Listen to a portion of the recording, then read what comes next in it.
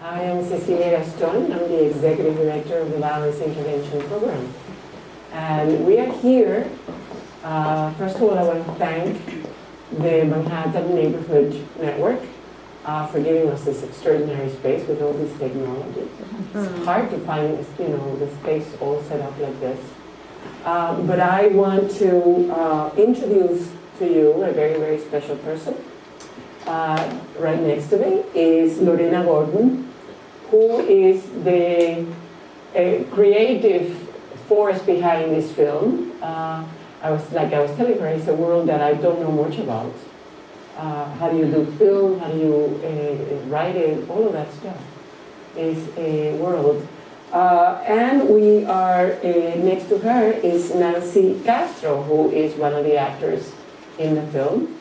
What got you to this point and what got you to creating this film? Well, I never saw domestic violence depicted in film before, and I thought it was a very powerful medium and a medium where people can learn more about it. At the time, I didn't realize how much it would resonate with people. I was just kind of writing it for myself and my mom and my family. So once I realized the bigger impact it had, I knew that it was worth making. So this is a real story. Yeah. Tell us about the real story.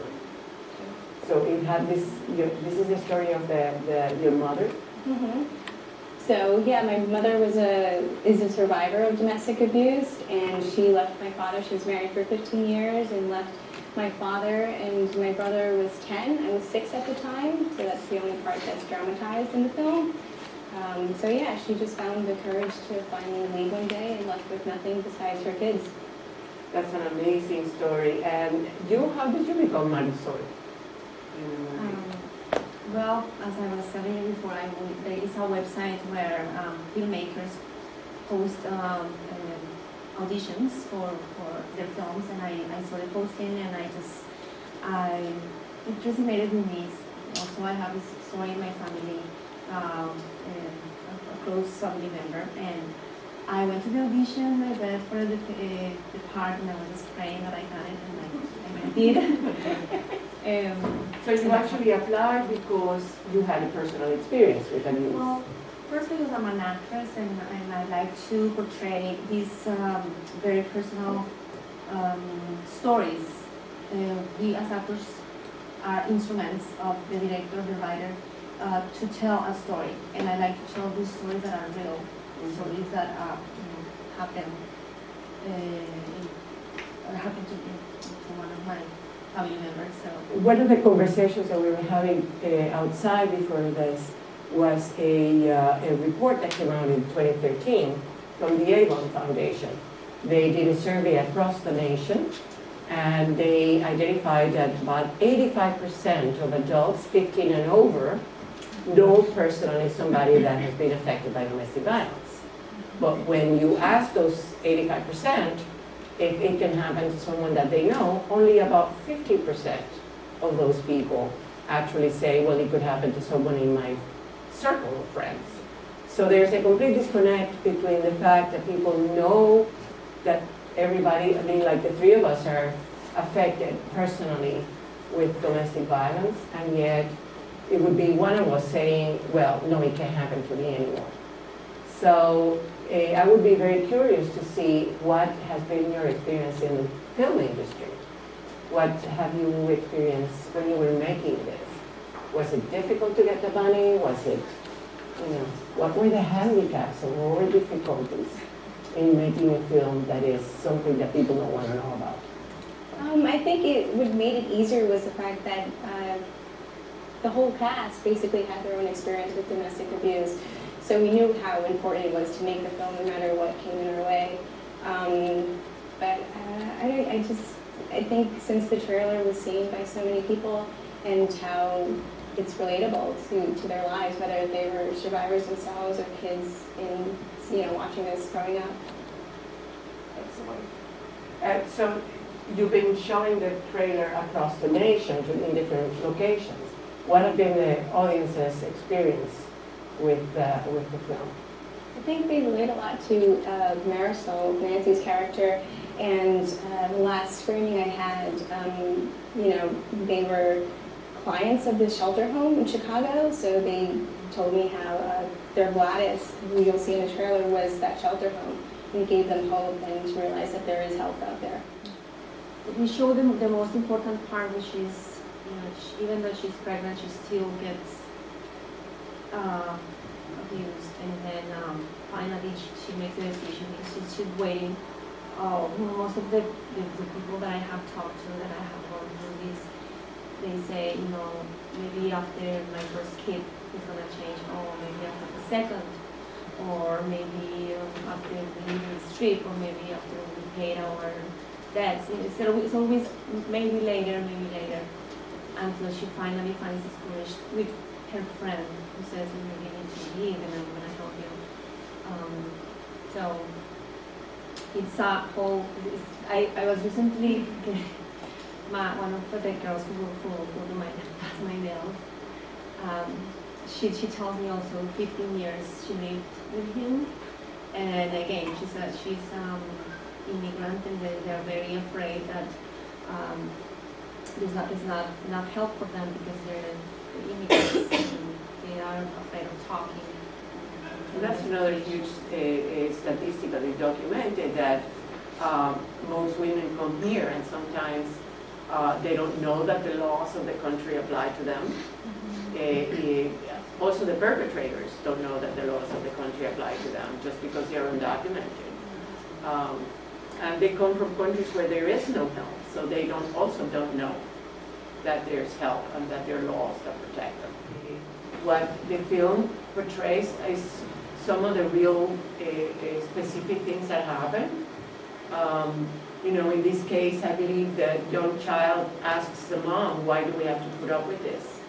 And that's also very typical. Sometimes the kids are the ones that are the last straw that actually push the mom to take that step. What I think is very important to convey to all of us, so that we could actually remember that it is very, very difficult to get out of an abusive relationship. And it's almost impossible without outside help. And what all of us need to remember is that there are things that we can do as outsiders to help someone that we have identified. In New York City, definitely, whenever there has been a homicide, there's always, when they do the interviews, they always find that somebody knew about it. But, and the neighbors knew about it, and people say, well, it's not my business. And that's where I have a very, very clear path personally. And I think what is important about a film like this is that it keeps the conversation going. Given the fact that it's coming out at a moment after this NFL events this summer. So have you found that you are more welcome with the topic now that we've had more public discourse, more conversations? I think so, yeah. Yeah, definitely the last 2 months, for sure. You think you've had a better reaction from the public? More welcoming? Or what are the different venues where you have shown the film, different audiences? So far it's just been the TV community. The TV community. Advocates and stuff. Okay. Because I would be very interested in seeing how we can take that outside of the converted. Absolutely. Because I'm always trying to reach the others. Because, I run around with a lot of people that are savvy about domestic violence. And I always say that I would love to reach out to others. And in this case, your mom left with nothing, had no job, no money. And that's also very typical to the financial abuse that happens in domestic violence. So. That's why I salute her, because that's my brother right there. He's the little boy in the film. So that's why I salute her, and she's an amazing woman to do what she did. Congratulations for getting this message out there. And I think from the trailer, what I picked up and what I liked about it is it's addressing some of the points that we often hear. Some of us as advocates, we often hear, why didn't she leave and how is she going to leave? And I think it's important that she gives the explanation from her side. You know, she's thinking about her children. She's thinking, where am I going to live and whatnot. And I think that brings it home to some of those that are sitting there going, well, why doesn't she just leave? Because there's so many variables that contribute to that decision to leave, right? The fear, financial, where am I going to go? And I like that little piece right there because it touched on that. So kudos to you. Thank you. I mean, it's like about a third of homeless families in our public shelter system are there because of domestic violence. So, Wow, I didn't know that. oh, this is very high. It's about a third of all homeless people. And right now in the city of New York, we have about 56,000, many of them children. And women. Living in shelters. And they're there because of domestic violence. So, like, where you're going to go is a huge issue. And when you make a decision to go, it's actually the most dangerous time. Statistically, 75% of the homicides occur when you make a decision to leave. So it is very, very simple to say she should just get up and go. There's a lot of variables and a lot of things that need to be in place in terms of that. You're a young woman tackling, you know, this really huge issue. You mentioned the NFL, and I mean, the issue is kind of on the forefront with the NFL, even internationally with Oscar Pistorius, you know, in 5 years for killing his girlfriend. Are you aware of the magnitude of the issue, and do you have a goal? Like when you made this film, was it just that you were just telling a story, or do you have a goal that, or now have you adjusted your goal that, you know, you want this to be, you know, just a really prominent issue that needs to be discussed the way that it should be discussed?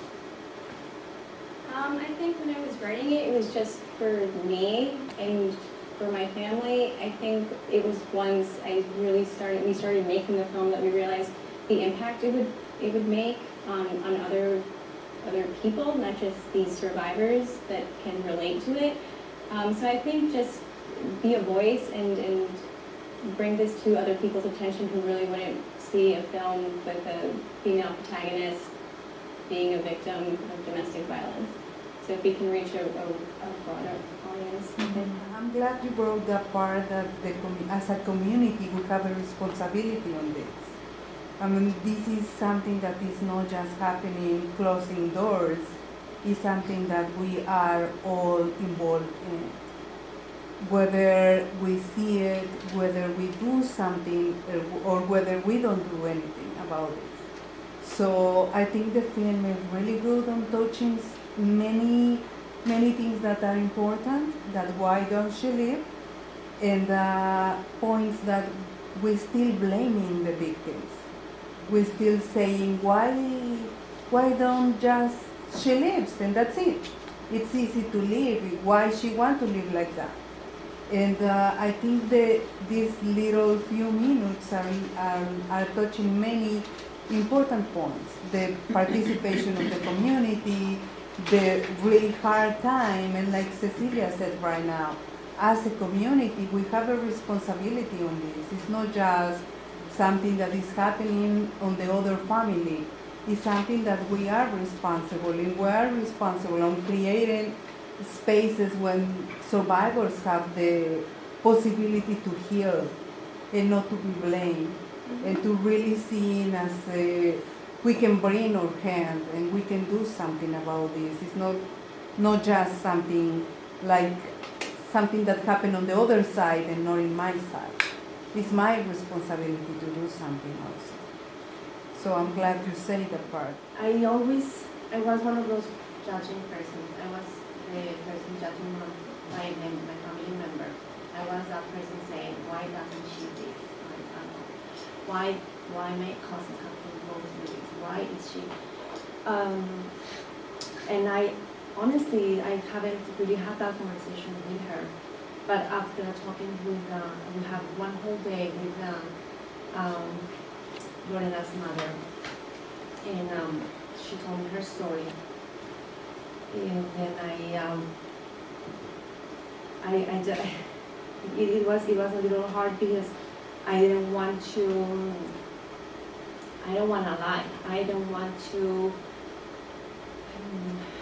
It's such an honor for me to represent not only Lorena's mother but so many other women, my aunt, and so many other.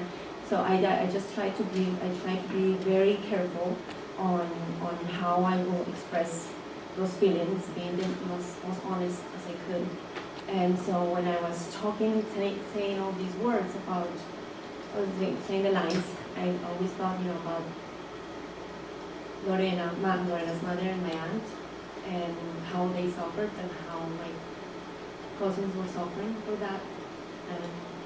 And you had a conversation with them after the film, with your cousins. Yes, and I did have a conversation with my cousin.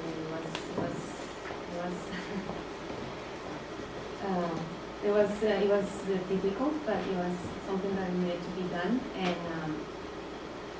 really this film helped me personally to get more in touch with them and not stop judging other people and their choices. I have no question about the character that you represent.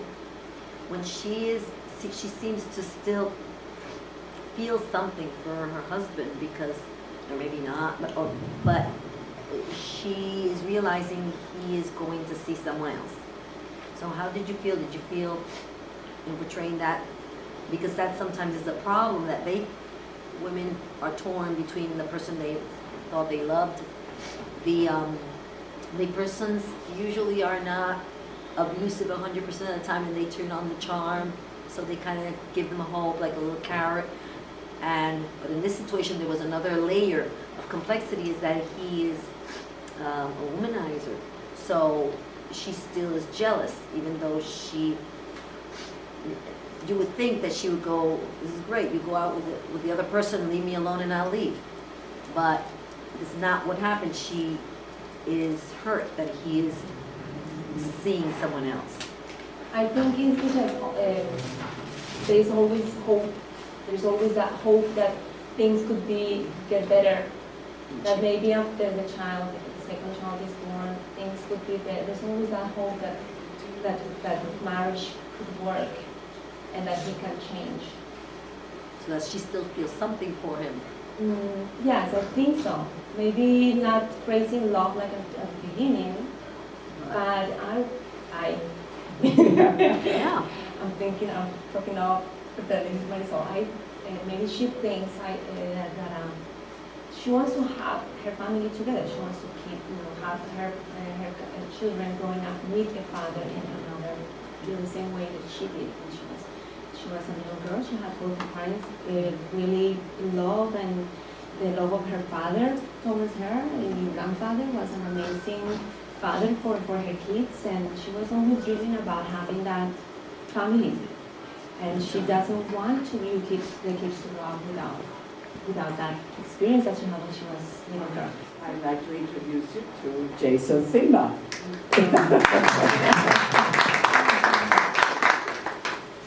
Hi, I'm Jayson Simba. I was in. Did you show the trailer? Yeah, we did. I'm so sorry for coming late. I just came from another engagement that I was at. Thank you for having me. And we're talking about what was the emotional impact on you, if any, or any personal experience. You were going through the film. Did it change anything for you? Well, the thing with me was that coming into the film, I have a similar background where I came from an abusive household. So I related very much to the project, to the script, to the story. So as soon as I read it at the audition, I had a big discussion with Lorena. I really wanted to be a part of this because I understood it. I lived it. I was there. So in playing that character, because I lived it, but I wasn't the abusive one in real life.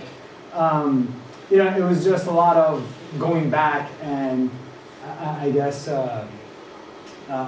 Bringing up all those repressed memories and going back to a time that I would rather have not gone to. But as an actor, you have to open yourself up. You have to put yourself out there and just, let everything out there. So yeah, it was definitely an experience. And what changed for you? I'm not sure.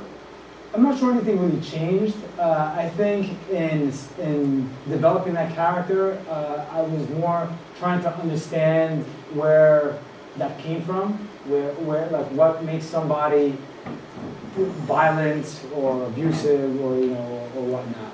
So because we all have to start somewhere, and I'm sure the character Roberto at one point was not that person. I mean, he was a little kid. He was raised by a mom and a dad, I would imagine.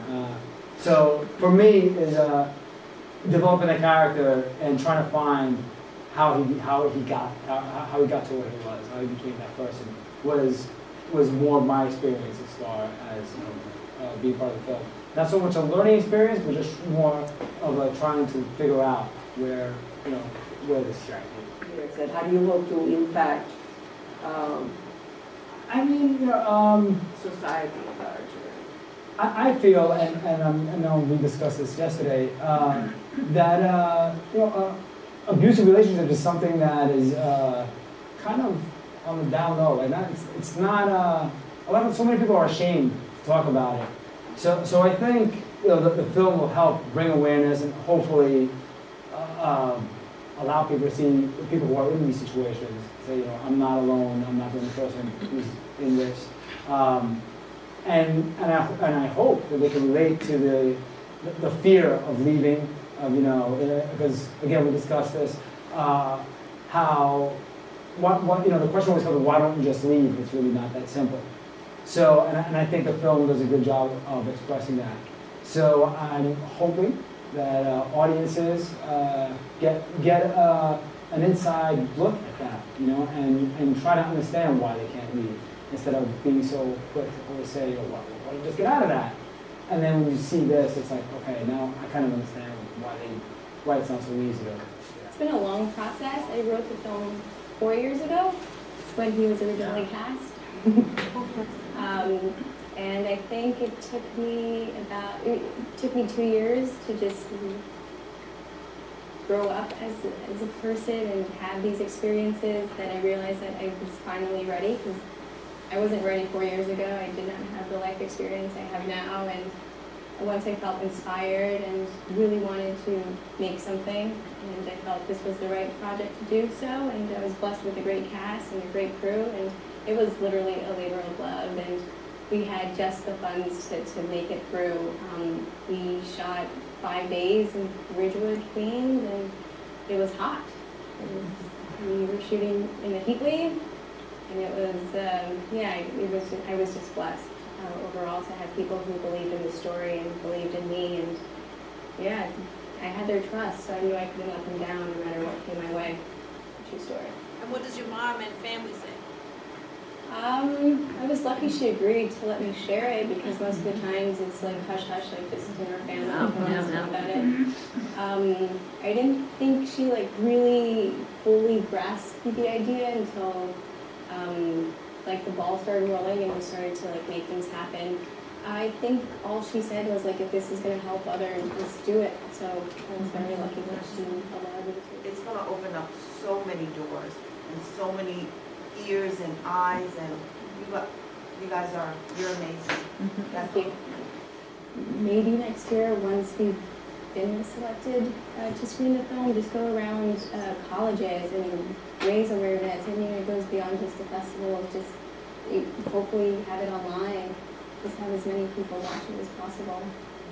What I was going to say earlier about the festivals, ultimately the goal of getting a film to a festival is to get it noticed, to get it picked up, sold, or to have investors interested in funding it for, getting funding it for a feature, to ultimately reach a broader audience. So that's when, who sees the festivals. The major festivals, usually, you're hoping that a distributor is there that sees it, or an investor that sees something that they think they can market, and they give you the money to complete your vision, your project, and reach ultimately a broader audience. Good. I mean, the idea of showing it in colleges and in other kinds of community groups would be really a powerful way to expand the audience. You know, it's beyond shelter, emergency shelters of domestic violence survivors. How does making this film has impact your healing process? Because you are really a survivor of domestic violence. I think most of the healing took place in the writing process. I found it a very cathartic way to revisit, and it's like my brother lived through most of it. So I think it was just getting it on paper, and then finally, I think I had this moment when we were on set, and I had my mom there, my brother was there, and having the three of us kind of relive it in a way, as our actors were portraying my family story. That was a very special moment for sure. And kind of know how far we've come since then. Thank you. Thank you for sharing that experience with all of us. Thank you. That was beautiful.